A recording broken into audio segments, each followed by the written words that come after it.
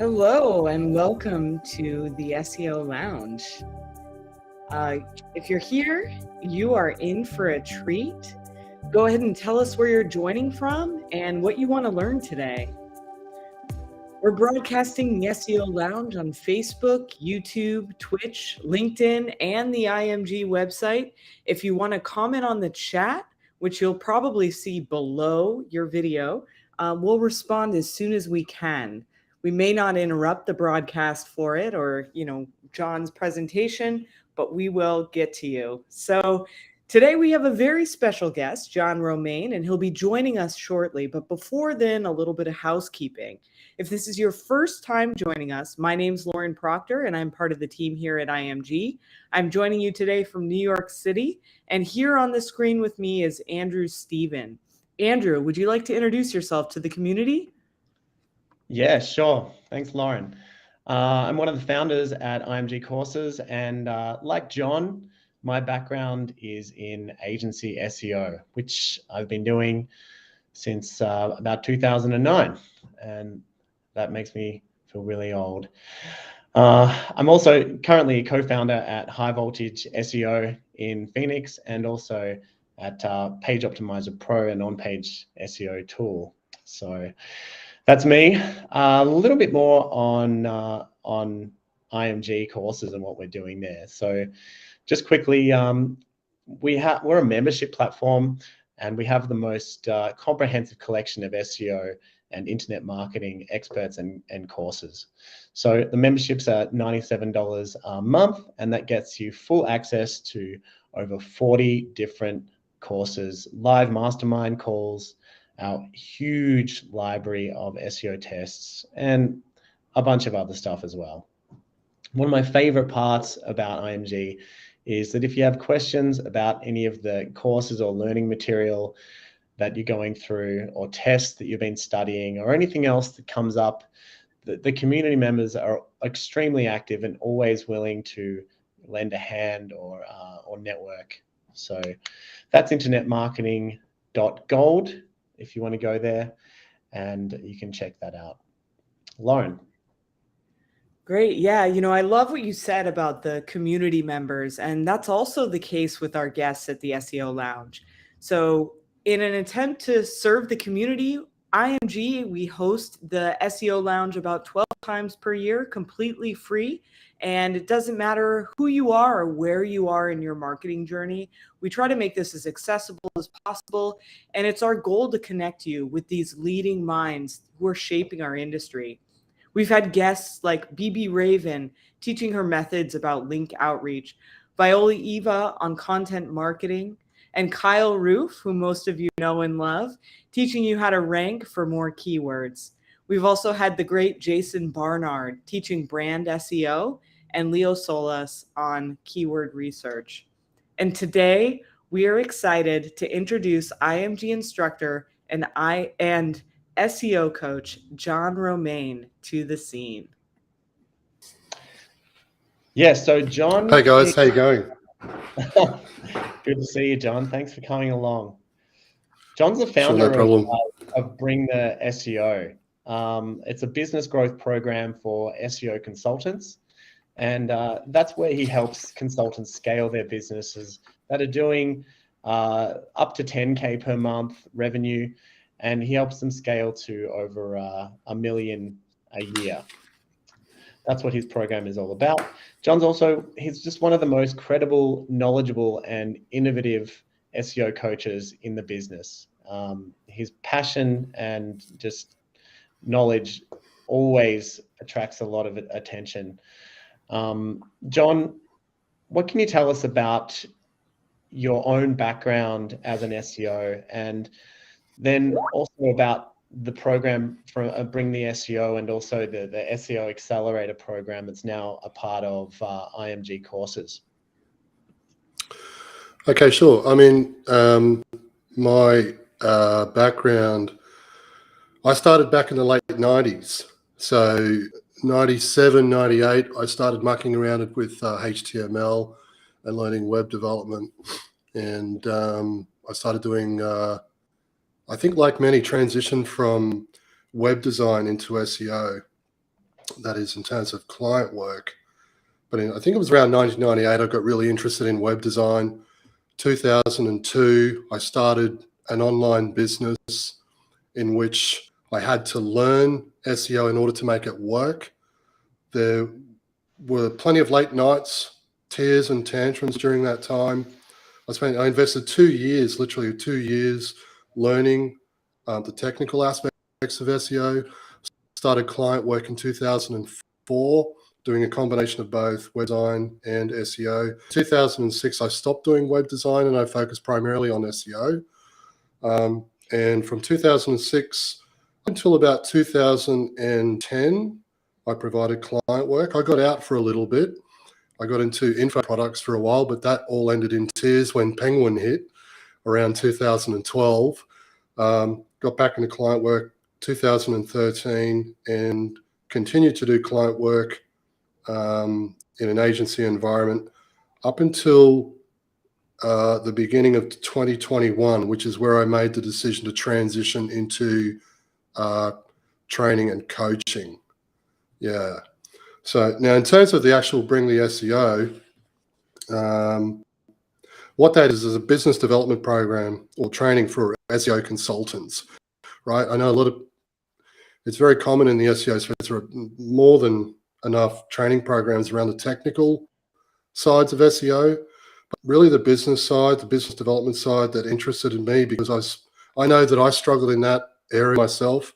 And I know I've spoken with a lot of other SEO consultants and freelance and even agency owners that have great technical skills, but their business operations are a mess. So that's where I decided to focus my efforts.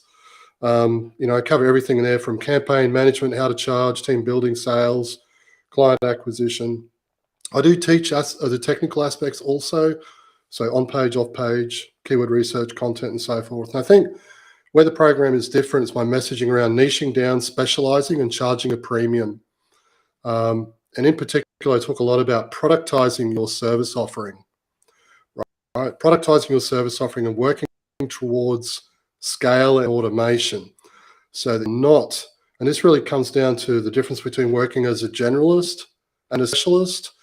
Working as a specialist allows you to become an expert in a particular niche or industry.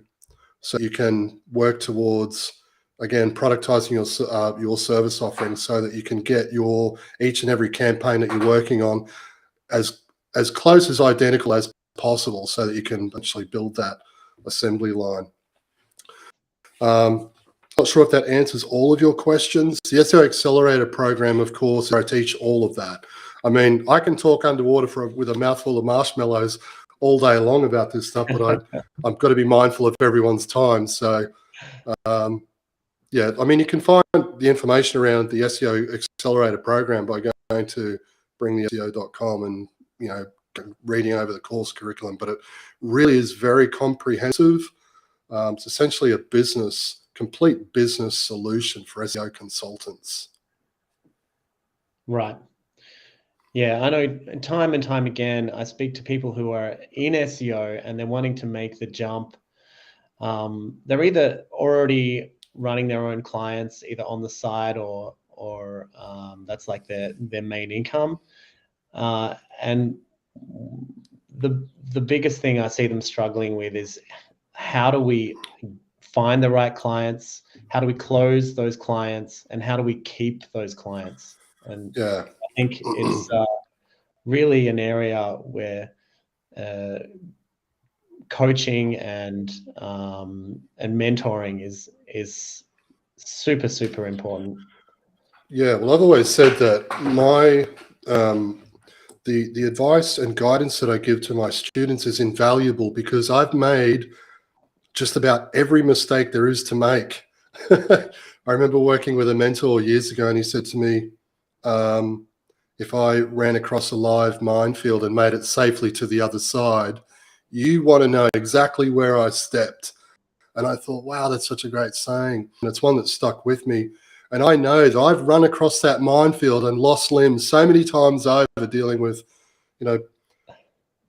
stressful clients that non-paying clients that don't want to pay enough, campaigns that have gone bad. I've experienced everything because I've been doing this now for 20 years, and I know firsthand what those problems are like, and I've worked incredibly hard to solve those problems. And I think this is where maybe my message is a little bit different. I'm not a marketer just selling another course. I'm a practitioner. I've been in the trenches doing this for a very long time, and it's all practical application and not just theory. Right.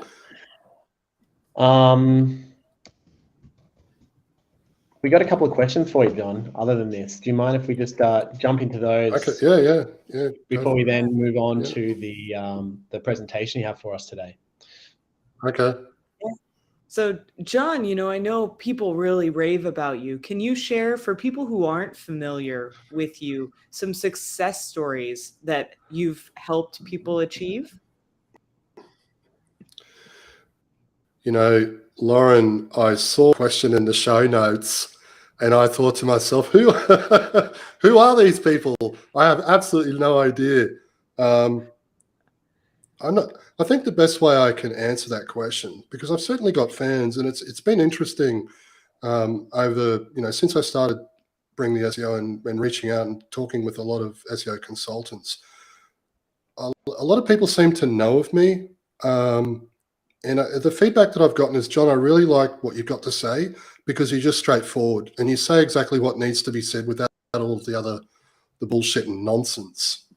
And I think maybe there's that. And I think my messaging, I'm a little bit, I don't know.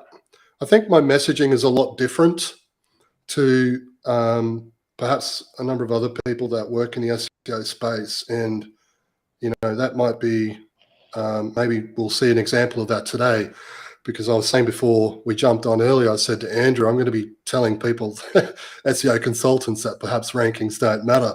And that I've copped a lot of heat for that message, for that sort of idea in the past. And it's one that I've stuck with, because I know that, I know it to be true. But as for success stories, I don't know. I mean, I've had plenty of failures, and I think that's why, my training and coaching is so invaluable for the people that work with me, because I've experienced a lot. But look, I can't think of any success stories off the top of my head. I've had plenty of failures, and like I said, I think that's where the value is in what I teach, because I can tell you exactly what not to do, as well as the best way forward. But I would certainly like to know who these raving fans are. Maybe you can send me a list, Lauren. Absolutely. Yeah, of course. I know for sure, even on LinkedIn right now, you have a testimonial, and at least Yeah. one. I think Kyle's the celebrity here, right? Kyle's a celebrity. I even said to Kyle when he sat on my podcast, I said, dude, I feel like we should be popping those party poppers and blowing up balloons, rolling out the red carpet. What I personally see a lot, John, is just following you on in Facebook groups and stuff like that. The advice that you give out is firstly just extremely generous, and it's different to a lot of the other advice you see, which is often just other people really trying to blow their own trumpets. And where you come in differently is that you're giving genuine advice without any agenda, and you can just tell that it's come from someone who's had that first-hand experience, like you mentioned. And that to me is what's so unique about your particular offering. There's not too many people that can say that they've been doing client SEO and other various types of SEO for like 20 years. Yeah, I think that's a bit of a problem in the SEO space, is often referred to it as parroting, where people they read an article and that's truth, that's fact, and then they run around in various groups and forums saying this is definitely the way you need to do it, without actually doing any form of test or research, or actually finding out for themselves. And I think this is why Kyle's stuff is so attractive. I think me and Kyle share a lot of the same qualities, in that hey, let's not waste time here. Let's find out what actually works. Okay, and this is very important to me within my training. I'm not going to give anyone, fluffy nonsense. I'm only going to tell them, hey, this is exactly what you need to do. Don't waste your time doing this, because if you do, you're going to be crying in your cornflakes. So, but I'm probably not as active as I used to be in a lot of those groups, because I find those groups to be quite noisy. And this is, again, maybe another reason why I started bringing the SEO, because I can filter that noise out and make sure that the people that I'm helping are getting the right advice. Right. So this is how it kind of works. We have taken a portion of John's entire program and put it inside of IMG. We've selected the particular modules we feel are going to bring the most value to our audience. It's not the entire program. But if you are interested in the entire program, it's incredibly extensive. And John, I understand you've got an offer for anyone from the IMG community that comes and inquires with you about the full program. Is that right? Yep, that's right. It's a $500 discount. I think, Andy, you've got the link there. They can either use the link that you provide to members in the group. If they use that link to book a call with me, then I'll know where they've come from, and they'll be entitled to that $500 discount. Even if they don't, even if they just go straight to bring the SEO and they book a call, so long as they mention IMG, they'll be eligible for that $500 discount. I'm not sure if you want to get into pricing and inclusions or anything else, but let's leave that out of this conversation right now. I'm okay. sure we'll discuss that privately Sure. with you in the meeting. Yep. There's the website address. I don't want to dwell on this too much, but that's a very generous offer for the community in IMG, John. And I think it's time to move on, Lauren. Yeah. So can you tell us a little bit about what you have in store today for your workshop? Sure, Lawrence. So I put together a presentation where I talk about the importance of revenue, not rankings, when it's to measuring the performance of an SEO campaign. And I've had plenty of people throwing eggs at me for this one for a number of years, but I'm going to stick with it because it works, and it can make a tremendous difference for SEO consultants if they adopt this way. If they adopt this way of implementing SEO, especially if they're providing client services. As Andy just mentioned, I'm going to be providing a condensed version of what's already sort of covered inside IMG. So, because I'm trying to be mindful of everyone's time, I've taken this topic and condensed it down into about 30 slides. I'll move through the slides quickly. Of course, I'll answer questions, but for just as a side note, for anyone who's interested in perhaps going a bit deep on this topic, check it out inside IMG, because all of the videos that cover this topic are in there. But to answer your question, we're talking about revenue, not rankings.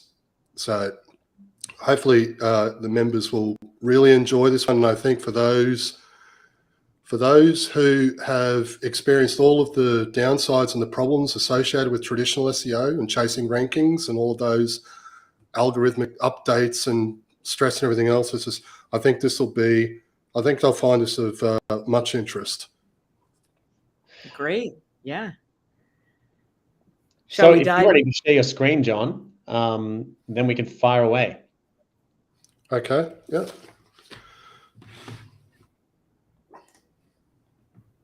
We'll try and hold questions from the community until afterwards. Lauren and I may jump in with the occasional question, but we'll let you know. All righty. Okay. Right. Just checking to make sure that everyone can see my screen, yeah? We can. Great.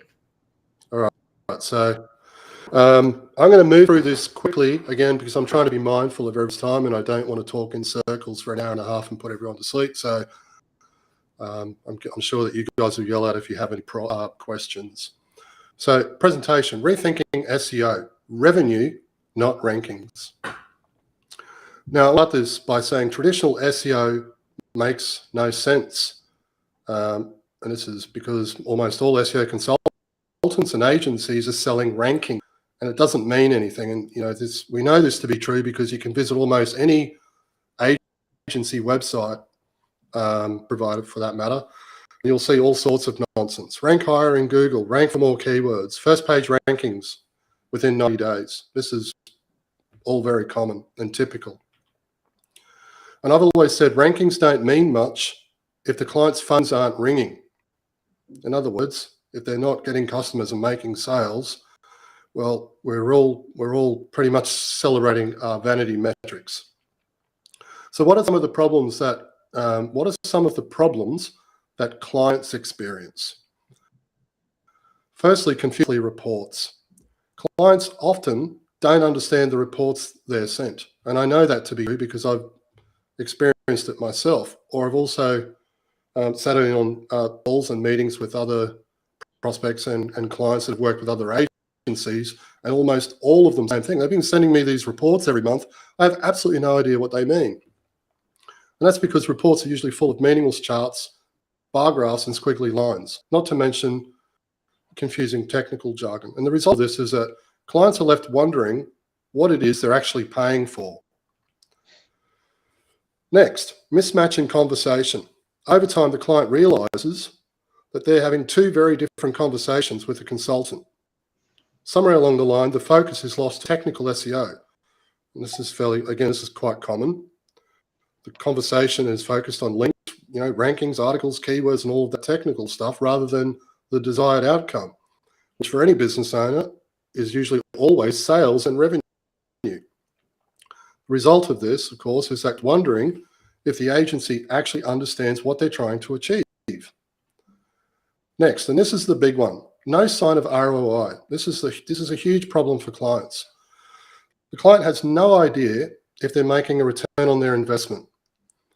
The client feels as though they're just burning cash with no end in sight. And the result of that, of course, is clients see the thing as an expense and cancel the service. I've experienced this myself personally. I know plenty of other SEO consultants have done likewise. It's a tremendous problem, and it's certainly very common. Now, what are some of the problems that SEO consultants experience, like focusing on rankings? Toxic behavior. Dealing with clients who panic every time they drop one place in the SERPs. I've experienced this myself, and it's an absolute nightmare. John, we were in position 5 yesterday. Today we're in position 6. What's wrong? And they'll call you at 2 in the morning to ask. The next is dealing with rude patient clients. They're fixated on vanity keywords. I've worked with clients in the past, many years ago, who I'm sure they just want to rank certain keywords so that they can tell their buddies at golf. The result of this is that consultants get caught between demanding and dissatisfied clients and the SERPs. And it's an uncomfortable place to be. Chasing rankings is exhausting. Ranking, especially within highly competitive markets, can be challenging enough without adding that extra level of stress. So the constant stress associated with search positioning, minor fluctuations and updates is never ending. The result, of course, is that clients face exhaustion due to feeling like they're going around and around in circles. Oh, we were position 1 last week. This week we're bottom of page 1. What's going on? Those types of conversations can drive you mad. Low retention rates. This is a huge problem for a lot of SEO agencies. Rates are high simply because clients can't see a return on investment. And this, of course, leads to, you're having to constantly chase new leads and looking for new projects. And the result of that, of course, is that you have instability around income, which affects every aspect of your agency. Now, there's a great saying, and this is one that I share often in the group. Clients think they know what they want, but it's not what they need. And this kind of revisits the whole, they don't want the drill, they want the hole, which is, it's always a great saying, that one. Typically, and I'll give you an example of what I mean by that. When you get a new prospect or a new client, you start working together, the conversation is usually always centered around rankings. So a prospect will be saying things like, hey, we need to be on the first page for this keyword, or we need to improve our rankings, or we need to rank higher in Google. Right? Now, guess what happens after they've been paying a $2,500 invoice for 8 months? Suddenly, that conversation changes. They've spent all this money, and the conversation changes from rankings to revenue. And they'll start saying things like, hey, look, we really need to start seeing some form of ROI. Or we're not sure if this is working. If things don't pick up, we'll have to cancel. And lastly, how much longer will it take for us to start getting customers and making sales? Those conversations usually always come eventually. So you're best off talking about revenue at the beginning, having about revenue at the beginning, not afterwards when it's too late. Now, before everyone gets upset, I just want to make a quick side note here and say rankings matter, but they shouldn't be the objective.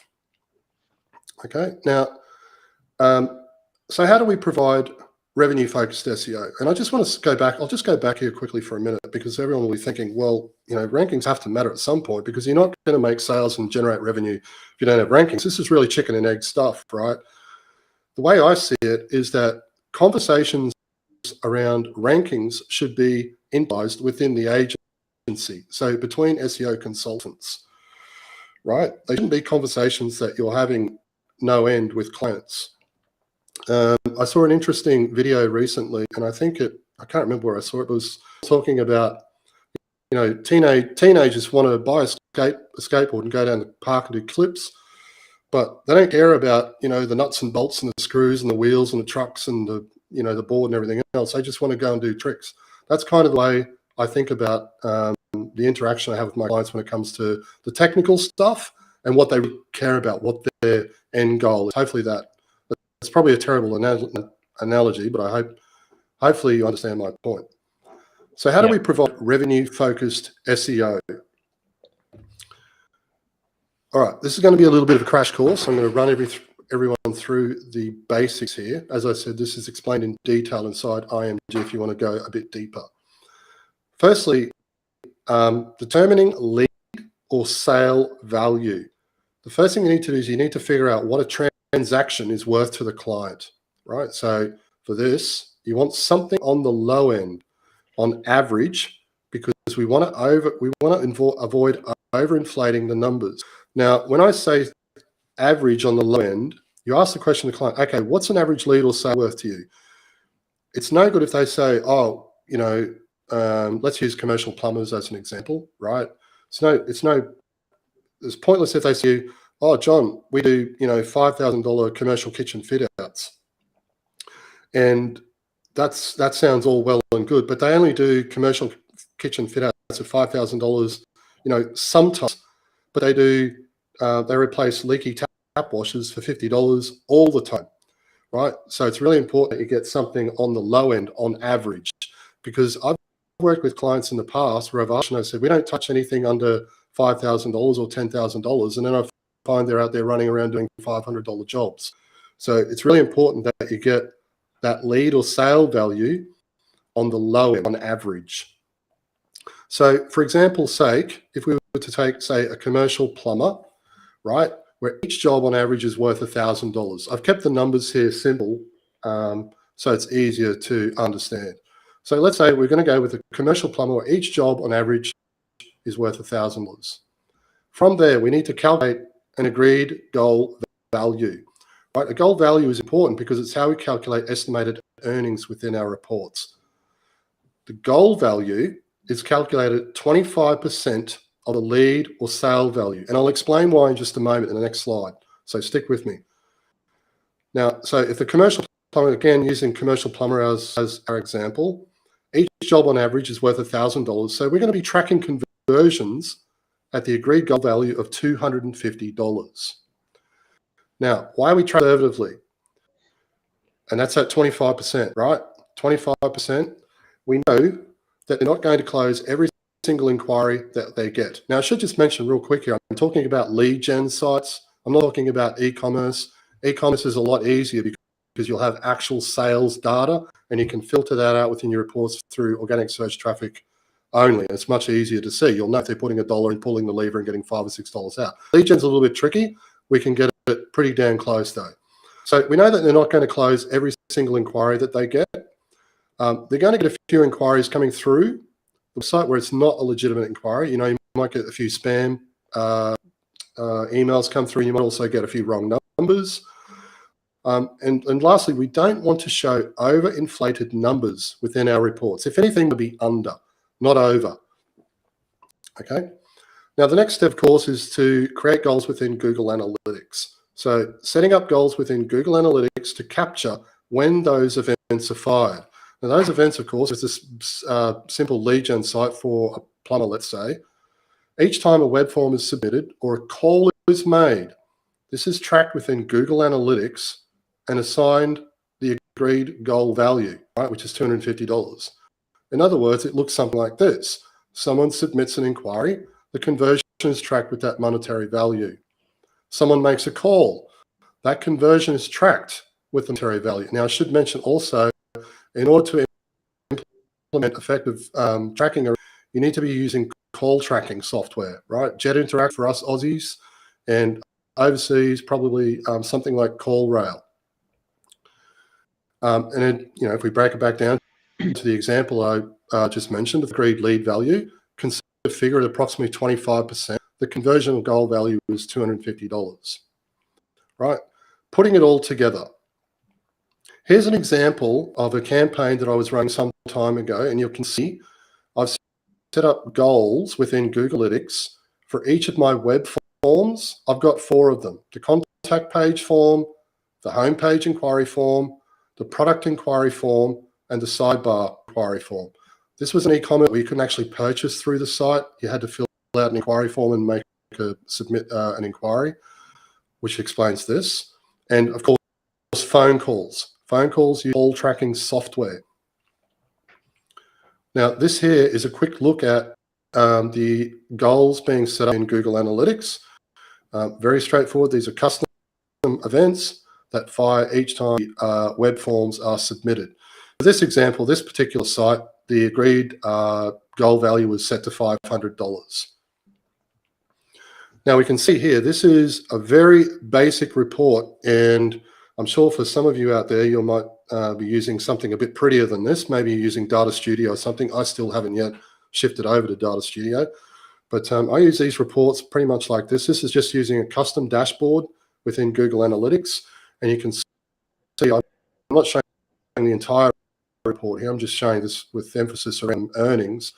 But you can break down total site, organic visits. This is filtered by organic search traffic only, right? 2008. Total number of customer inquiries that came through this site was 130. Out of those 130, we had 69 phone calls.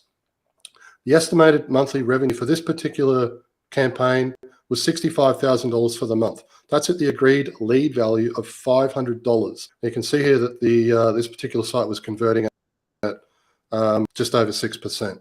Now, one other thing that I'll point out here real quick, and this is really important, for all of my web forms, they all self-submit. In other words, when you're on the page and you fill out the form, when the user fills out the form, they click on submit, they stay on the same page. It self-submits, the email gets sent to the client, and they stay on the same page. We do that for a reason. Now, I see agencies redirect to a thank you page. Definitely don't want to do that, because you want to know which pages are actually converting, right? And you can see the assigned goal value at the page level. Important. I'll give you a quick example as to, usually face a lot of resistance from clients occasionally around the importance of doing blog posts. Oh, we tried that, it didn't work, nobody's going to read them. That changes pretty quickly. They can see they've done, $20,000 worth of sales through a blog post. Oh, when can we do more blog posts? So tracking page performance, the page level is really important. So that's definitely something to be mindful of. John, how do you set up how do you set up the conversion like that? Just quickly for someone who hasn't done it before. What do you mean? Set up the self-submit? Exactly. Yeah. So I use Gravity Forms, and within Gravity Forms, this is all WordPress, right? So Gravity Forms, there's a text option, right? And you take the snippet of code. I'll be happy to share it with everyone inside IMG. It's a simple snippet of code that you dump inside the text editor. It's about as basic as it gets. So when the form is submitted, it follows a JavaScript event, and that gets captured within Google Analytics. I'm pretty sure I show examples of this in IMG. If I don't, I can share a video that shows how to set those scripts up. It's very, very easy. But you can do it across multiple platforms. I've always used Gravity forms. It's just a matter of copying the tracking script, pasting it in, jumping into Google Analytics, going to real-time events, firing off a test submission, and then you'll see it in Google Analytics. That's probably the best I can give you without getting bogged down in a half-hour-long demonstration. Yeah, that makes sense. Does that help? Yeah. And so, John, usually when you're talking with clients, are you talking about, last click attribution, or how are people thinking about these conversions and how to attribute the SEO channel? Well, in the reports, as you can see, within the reports, I filter by organic search traffic only, right? So all of these conversions came through organic search traffic. So there's no cross-contamination between pay-per-click, the social media and whatnot. Does that answer the question? Yeah, I think so. Yeah. And GA, I think by default is a last click attribution model, right? Okay. Yeah. To be honest, Lauren, it's not a conversation that I had. Total emphasis again was just put on focusing on revenue, and I'll explain further in just a minute the types of conversations you should be having with your clients. Anything else that you need to be mindful in order to make this work, because there's more to it than just adding some scripts and then setting up your reports and going, okay. Because the last thing you want to do is jump on an end-of-month strategy call, send your reports to a client, jump on an end-of-month strategy call and say, okay, Bob, this month we did 100,000, and they're sitting there scratching their head thinking, what the hell's going on? The phone hasn't rung all month. So there's definitely a couple of things that you're mindful of to make sure that the data is accurate and meaningful. That's tremendously important. Great, thank you. Can I continue on? Absolutely, yeah. Okay, so a few important notes. First thing, in order to make this work, the lead value must be adequate, right? If you have intentions, and by that I'm talking about, if you have intentions of charging, let's say, $2,500 a month, if you're working with a client and they're selling widgets, $15, it's going to be a struggle, right? This really ties in with, positioning within the market, the niche, the types of, the target audience, an ideal client, that lead value that I've just spoken about, like the numbers. All of these things need to align so that this makes sense and it actually works. More importantly, though, the numbers must make sense, because if you're charging, again, if you're trying to send someone a $2,500 a month invoice and they're selling $15 widgets, you're going to be selling a lot of those widgets in order for the client to get a return on investment, right? I always say, go where the money is. You want the easy money. Go where it's going to be comfortable. So, this again comes back to your sales process and pre-qualifying and asking the question, what's an average lead or sale worth? You want to be working with clients who are doing jobs or selling widgets that each transaction is $3,000 or $2,000 or $5,000. So it makes achieving a positive return on investment much easier, and it makes everything much easier. Does that make sense? Yeah, for sure. Definitely. Okay, good. So the lead value must be adequate. You're going to really struggle if you're trying to squeeze, if you're trying to get a positive return on investment and use this strategy. If your client is selling $5 widgets, again, you want to position yourself so that you're having that conversation at the very beginning before you even start working together as part of your pre-qualification process to ensure that, okay, the client's going to be paying, we're going to charge the client $5,000 a month, but that's okay because, they're a gastric sleeve surgeon or the cosmetic surgeon or, it's a roofing company, and each job for them is worth $15,000. So, and this ties in with shifting from an hourly rate to value-based pricing. This is something that a lot of my students have done, because they'll start charging, let's say $165 an hour for a minimum of 15 hours a month, or $2,500 a month, let's say. And they're using this revenue-based SEO strategy, and their clients are getting $100,000, $150,000, $200,000 plus back each month on month.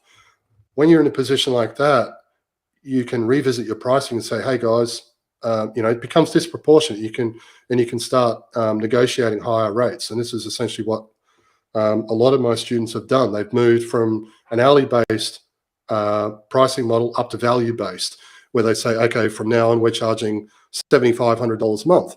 Now, if the client's getting, if the client's making $150,000 a month out of that investment, they're going to happily pay it, and everything's going to be cupcakes and candy canes. You're not going to get any resistance. Now, the next point, clients must be tracking also. This is incredibly important. They need to have their, they've got to have their shit together, using a CRM, or at the very least, asking where the leads are coming from. You can't be working with clients who just scribble notes on a KFC napkin. It's not going to work. So, and again, this kind of touches in on your sales process and part of pre-qualifying. You need to be working with the right people. And those are the ones that each time, whoever's on answering the phones or at the front desk, they're asking, how did you find us? Oh, vehicle signage. How did you find us? Billboards. How did you find us? Oh, I saw the, radio, or saw you on TV ad. I Google search. That is incredibly important. They need to be tracking at their end also, because you need to be in a position where you can compare the data to make sure that it's accurate and meaningful. Okay. Has this been a big part of your qualification, John? Because from my experience, a lot of the more simple businesses, like for instance plumbers, they're not tracking this data. They don't even know how to go about tracking this data. Is that just a conversation about how to transition towards this, or is it actually when we're not the right fit, let's end this call kind of thing? Well, that really comes down to how you position yourself in the market, right, and where you specialize.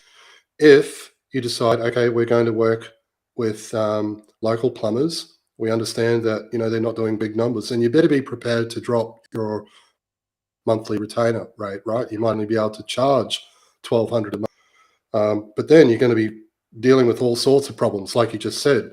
They don't have a CRM in place. They don't have a sales process. Everything is ad hoc. What I teach in the training is you want to work with businesses that are organized. It's much easier to take a business that's doing $100,000 a month and get them to $500,000 a month than it is to help someone that's running a broken business go from $5,000 a month to $100,000. So it runs down to the individual or the agency, how they position themselves. I'm very strict around this, and that's what I teach. You want to go where the easy money is. If you pick up the phone and you've got a prospect, you've got to have a pre-qualification process in place. That's all part of your sales process. And if they don't qualify and things are a mess and they don't know their numbers and they can't answer your questions, well, that's probably a good sign that you should pass on the opportunity and maybe refer it on to someone else. Does that answer your question, Andy? Definitely. Yeah. I mean, it's incredibly important. You've got to have, without getting off topic, this is all part of your sales process, right? I cover this in the training extensively. The next point is goal value can be adjusted up or down over time as required. Now, 25%, I've tested this, numerous times across hundreds of campaigns and always found 25% to be pretty damn close. But certainly if you end a month strategy call with a client, you compare the numbers.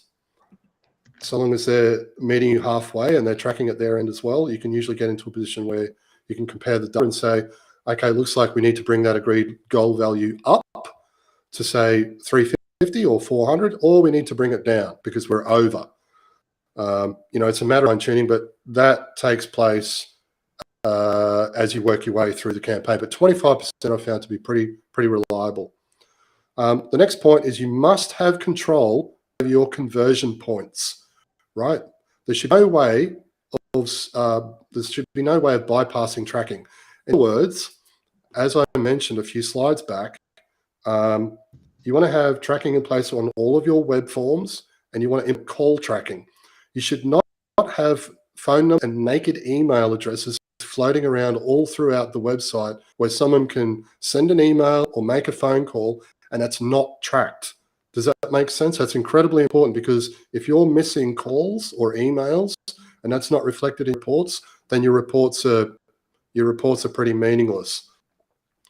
And lastly, an ideal outcome, and this is tremendously important, and this is essentially where you want to get to with all of your clients. An ideal outcome is where you can both compare the data and be confident in the numbers. In other words, you get on an end-of-month strategy call with a client, you say, okay, Bob, this month we can see that you had 180 inquiries come through the site at the agreed lead goal value of $500. We can see that that equates to $130,000. What do you see at your end? And Bob should be able to reply and say, okay, John, got the reports here. We can see that, yes, we actually did we had fewer customer inquiries, but a couple of big jobs that we did in there, and we actually did 160,000 for the month.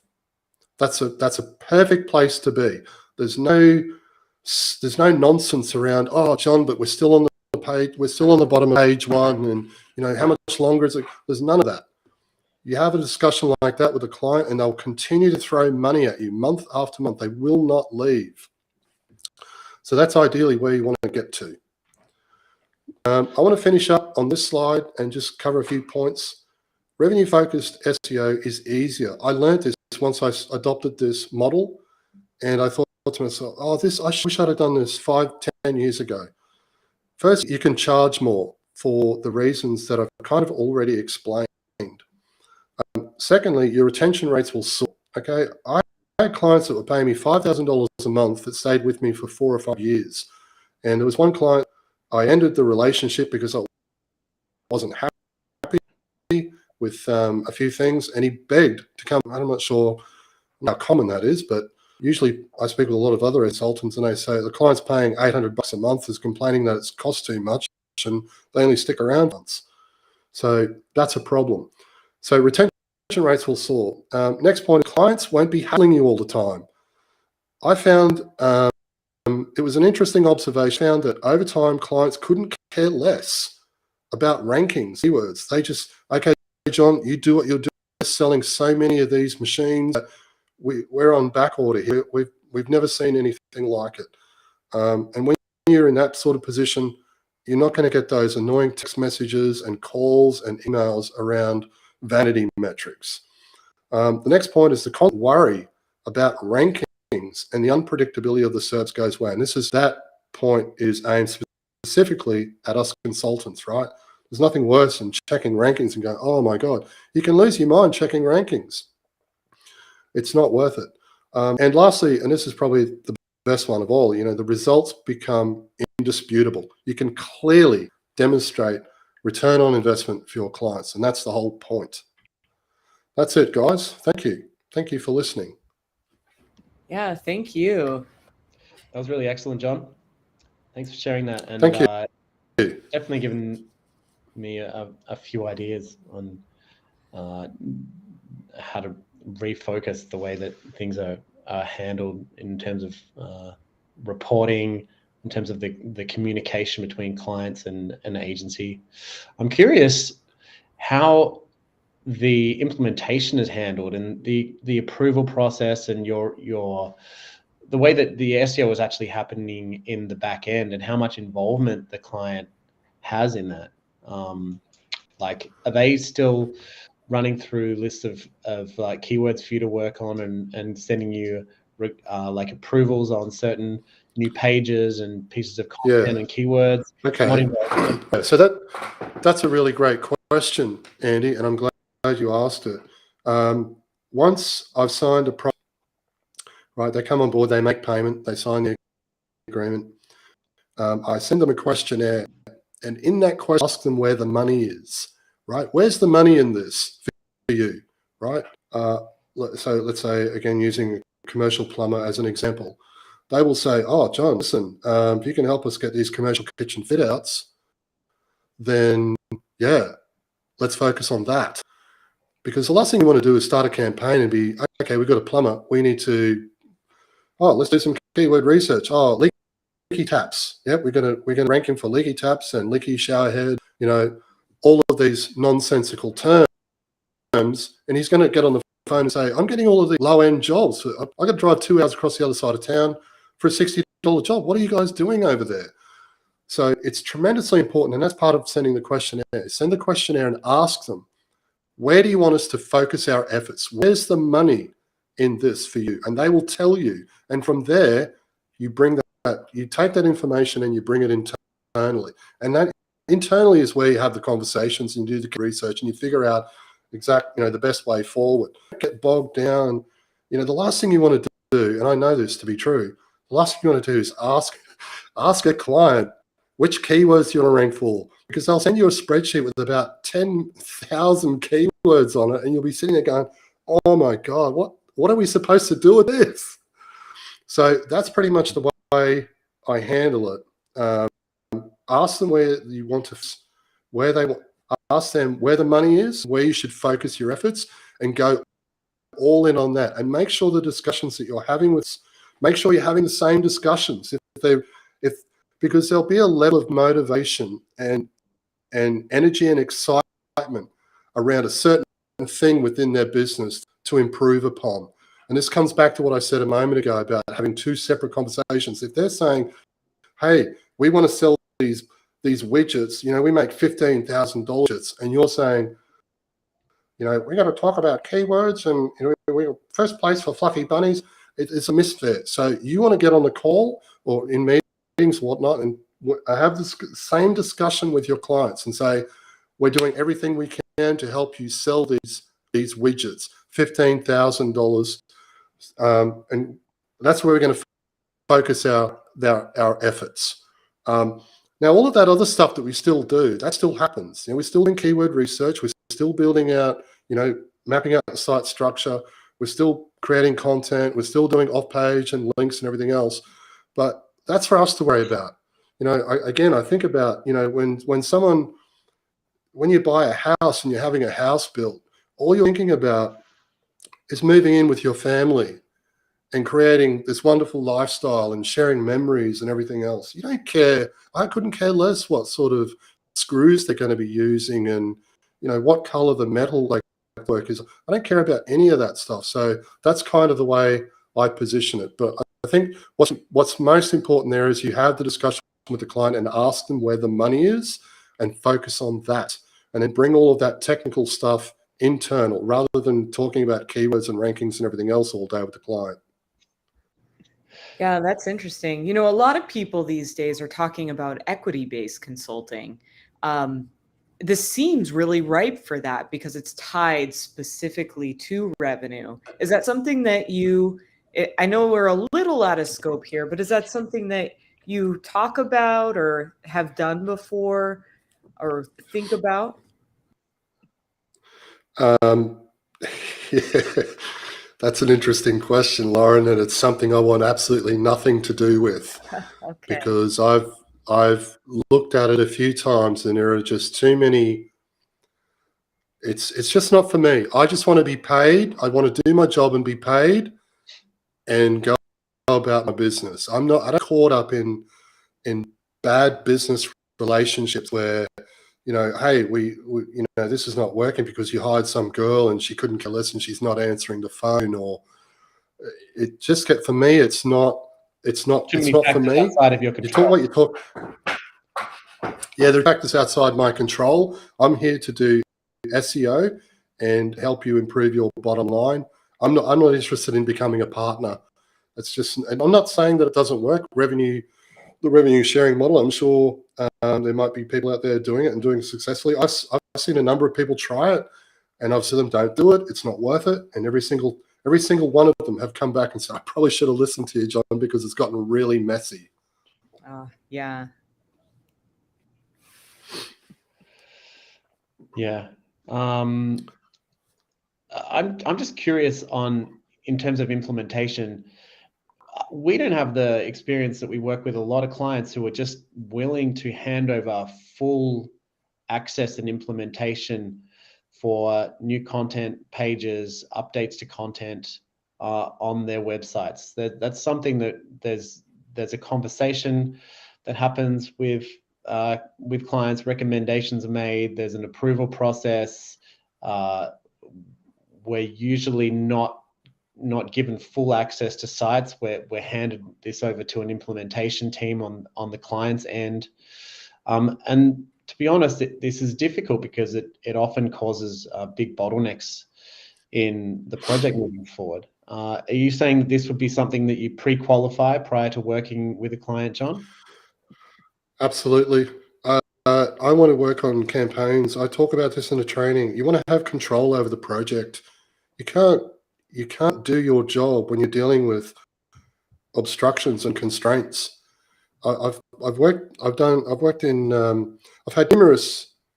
numerous campaigns and projects where I can't make a simple change, or if I want to make a change, it needs to go through five sets of hands. And remember one campaign I was working on, it had to go through to Russia, the development team in Russia, and then circle back through admin and about 5 other people before I could make a change that should take 5 minutes, would take 5 days.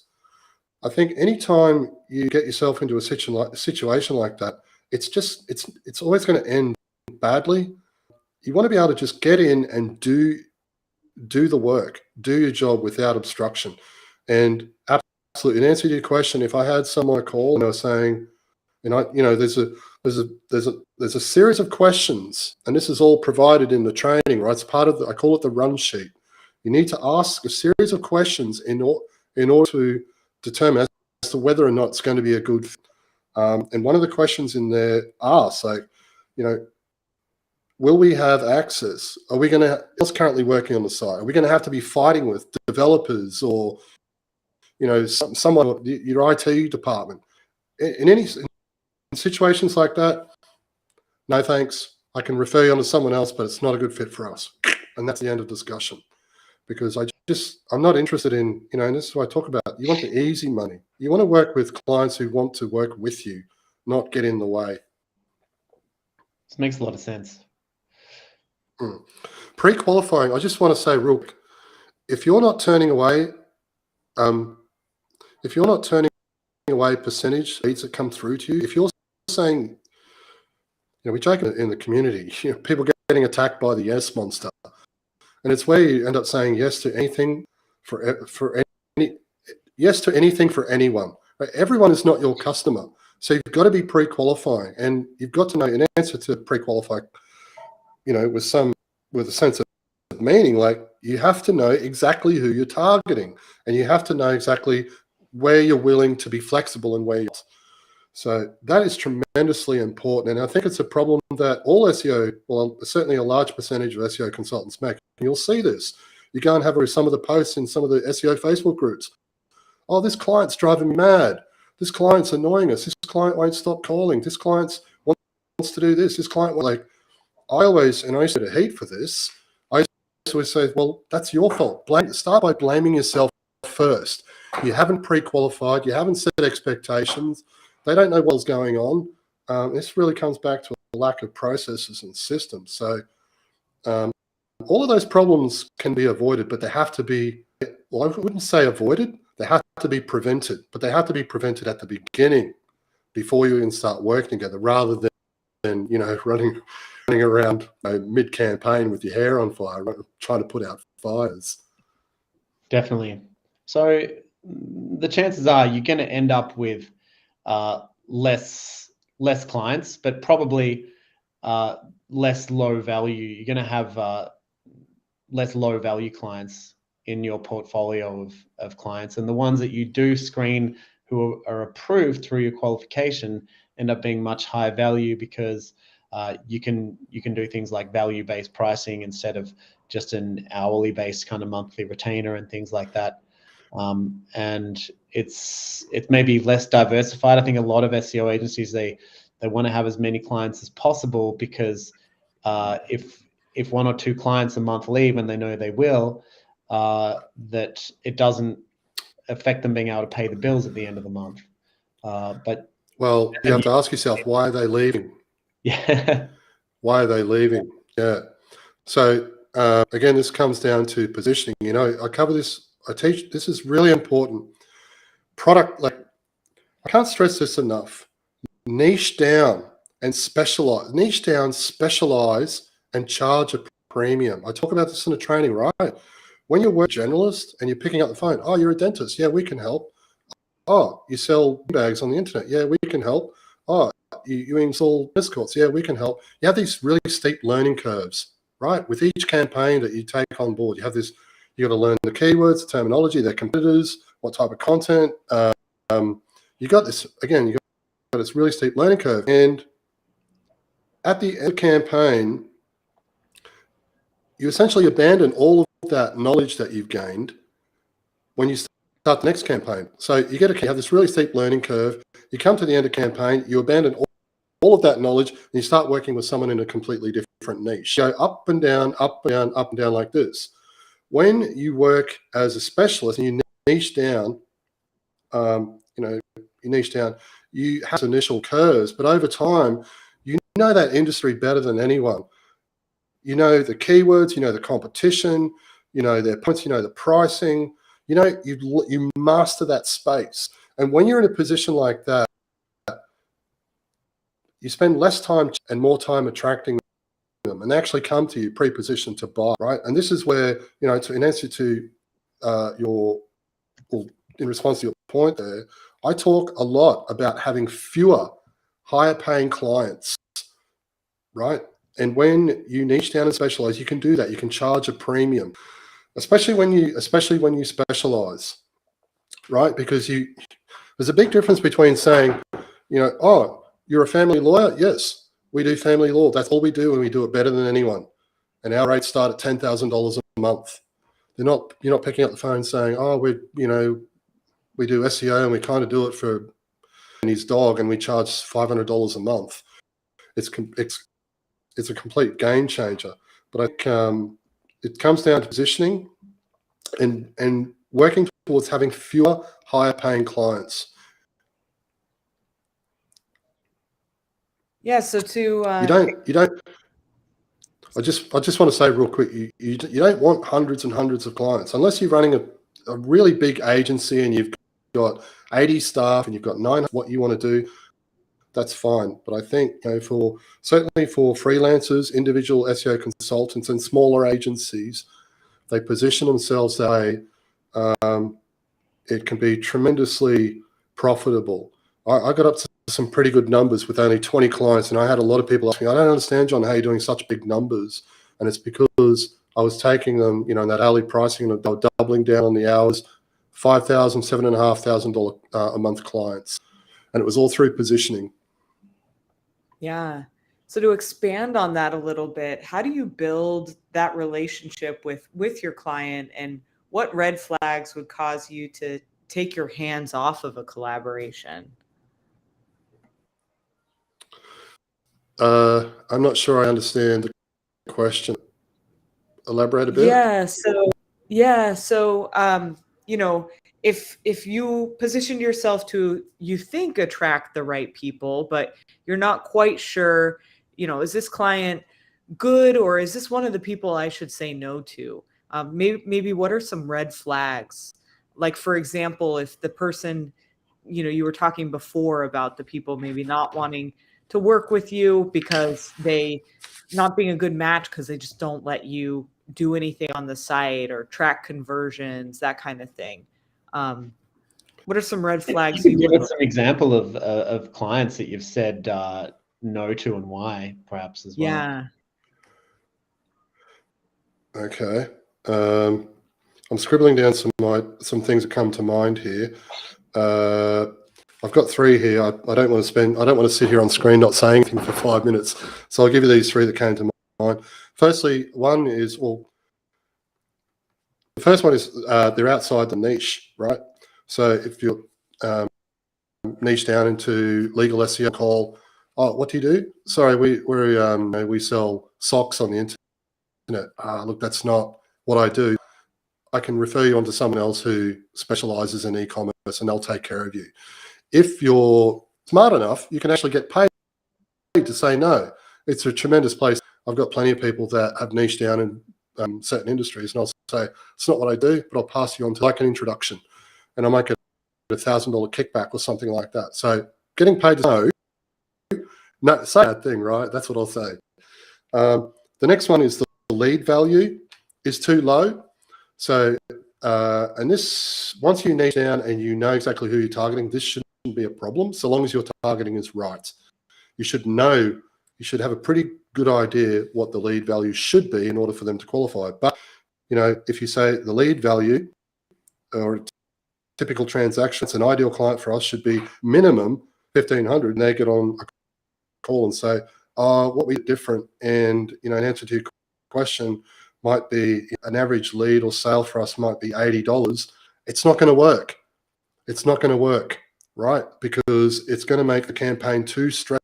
It's going to make it too hard to try and get a return on investment. And I'm not interested in dropping my prices, nor should anyone be, to try and accommodate people that are doing small numbers, right?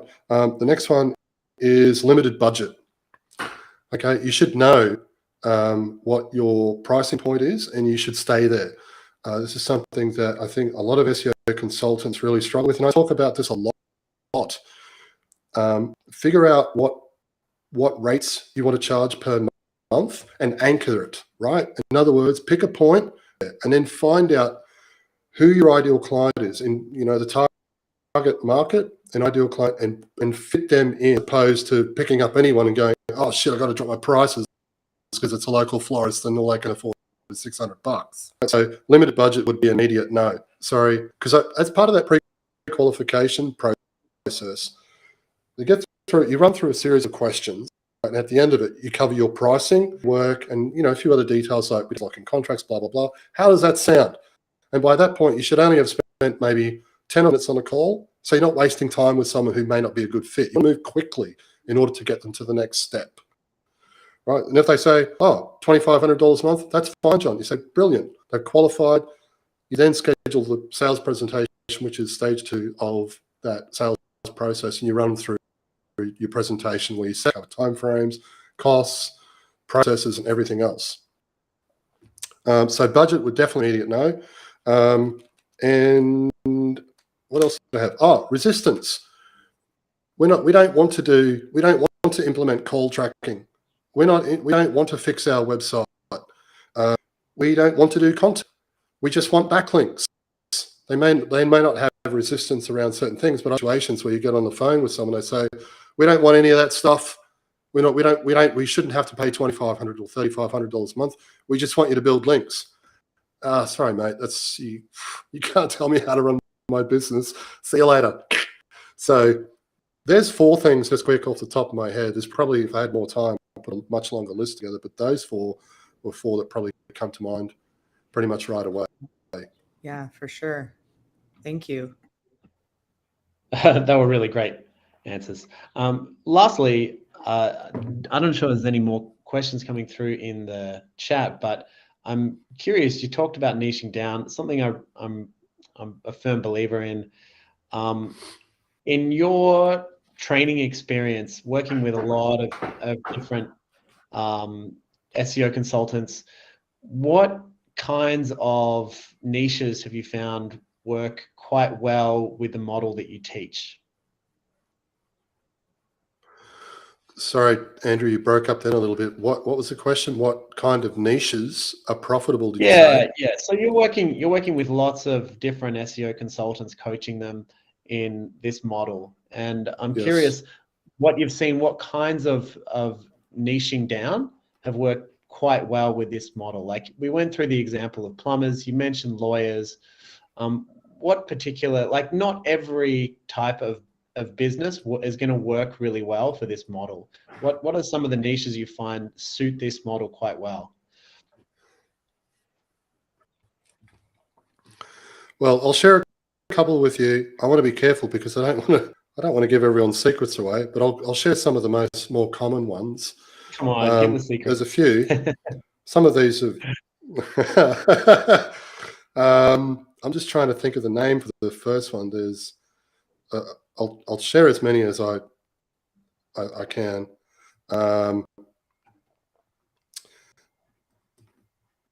What's it called? Where? Oh yeah, okay. All right. So here's a couple off the top of my head. And yeah, one thing that I want to mention here around niching down, it doesn't necessarily have to be industry based, right? You can niche down service. So you can, let's say, reputation management or content or training, like I have, right? These are all different types of different ways of providing a service, like Wix to WordPress migrations, disaster recovery, like when sites get penalized. I know there are people that specialize in that sort of thing. You have to be careful that you don't immediately think, okay, I'm going to work with plumbers and slot yourself into a box, so to speak. There are plenty of different ways of niching down. So service-based niching is a little bit different, and it's outside of industry-based. But I think the question you're asking is which industry. So I'll give you a quick list. Fertility clinics, right? Fertility clinics, I've seen this done in the past. That stuff is quite expensive. I know I've had friends personally through that process, and you're talking tens of thousands of dollars. Solar is another one. Probably a little bit different to, say, tradespeople. They're going out and, solar panels. It could be a 15 or 20,000. Cosmetic surgery, no brainer. That's starting in and spending $500. Gastric sleeve surgery or weight loss surgery is another one. Dental clinics. Now, when I say dental clinics, I know the first thing everyone says, oh, I'm going to target dentists. And this has probably been done to death, but dental clinics that have 10 locations and there's 10 staff at each location, and it's a nationwide operation. You're not talking about, Bob's Dental Clinic where they've got 3 people and they're doing, $50,000 a month or something. So bigger operations and other things. Another one is roofing, right? What's this next one? Oh, lawyers, of course. Any type of anything in the legal space is usually always good. Family law in particular is good. Litigation's another one. I know there are people in the group who are targeting litigation family lawyers, and when you start working with them, you're talking anywhere between $8,000 to $12,000 a month retainers. It's good money. And another, this is my last one: debt collectors. So debt collection agencies. There can be some good money in that as well. That's about all I can think of off the top of my head. I'm sure there's more, but there's a few to think about. Again, you need to think about average lead or sale value, right? If you start there, if you say to yourself, well, I'm going to charge $2,500 or $3,500 a month, and I know that people operating in the space, you're going to walk in there, you're going to spend $5,000 or $10,000. That's a pretty comfortable place to start. Yeah. Does that help? Yeah, that was great. Are great ideas for people. Yeah, thank you. And so I think this is a great place to stop. If you're ready. We really answered a lot of great questions and created some interesting, thought-provoking models for people out there. Shall we call it? Yeah, thank you very much, John. Awesome. Yeah, John. That's my pleasure. Hopefully. Yeah. Any final words, John? Any final words? I just thought From maybe me? that's parting words of advice or something. It's fine if you don't. Yeah, look, I think, I'm glad that you asked, because I will say one thing. I think if anyone takes anything out of what I have covered today, because there's a lot to cover, and I've really condensed it down into a short period of time, but really have a think about everything that we covered in the presentation. Revenue-focused SEO. All of these videos shared, or that module at least, is shared within IMG. jump in and watch those modules. It's a small collection of the videos from my full course, but I would seriously recommend that for SEO consultants, freelancers, and even agency owners, everything will change dramatically if you start implementing and applying revenue-focused SEO and move the conversation away from rankings, because you'll lose your mind if you keep having those conversations. You'll just be going around and around and around in circles. Yeah. Yeah. Well, great. John, thank you so much. If you registered for the event, please look for a timestamped replay in your inbox. And don't forget to find John at bringtheseo.com or watch his course in IMG. And we have that special deal for Bring the SEO people who want to join. So to learn more about and attend future episodes of our always free, the SEO Lounge events, please go to internetmarketing.gold and sign up for the newsletter or become a member and take John's course and all the other courses in there. So John, thank you so much. Andy, it's always a pleasure, and we'll see you soon. Thanks, guys.